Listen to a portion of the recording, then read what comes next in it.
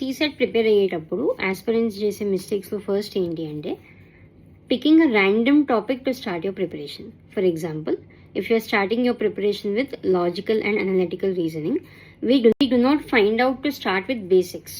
ర్యాండమ్గా blood relations, probability ఆర్ఎల్స్ ఇంకో టాపిక్ చూస్ చేసుకుంటాము, తీస్తాము, క్వశ్చన్ సాల్వ్ చేయడం, కాన్సెప్ట్స్ చదవడం ఆల్రెడీ చేసే ఉంటాను. నేను వీడియో పెట్టిన తర్వాత రిసోర్సెస్ది సీసెట్ ప్రిపేర్ అయ్యే వాళ్ళు ఆల్రెడీ ఇది చేసి ఉంటారు ఖచ్చితంగా. If yes, comment yes, there is no hesitation in that.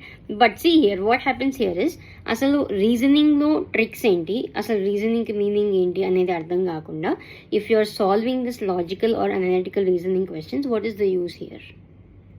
Okay, reading comprehension start చేసినప్పుడు అసలు రీడింగ్ కాంప్రహెన్షన్ ఏంటి, అది ఎలా సాల్వ్ చేయాలి అనే ఒక మినిమం ఐడియాలజీ లేకుండా if you pick one random paragraph and if you start solving the questions, what will be the use?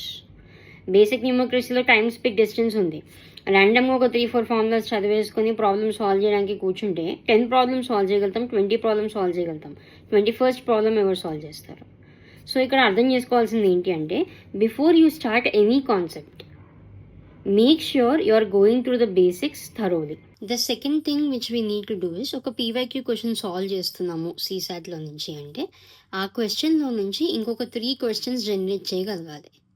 I will show you an example. Please watch it. Question solve చేయొద్దు, only వినండి, you'll understand. For example I'm attaching a question here. ఒక ఫ్యామిలీలో 6 members ఉన్నారు.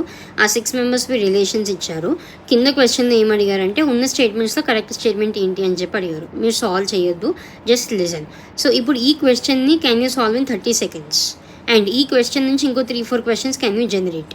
If you can do this, then definitely you are good in blood relations. So ila prati topic ki you need to practice PYQs and test series in the same manner. If you are doing this, it is enough for CSAT. And every topic ki ilane oka pattern untundi. I will try to explain every topic's pattern similarly from tomorrow. As I promised, we will have a series for CSAT. Thank you. Jai Hind.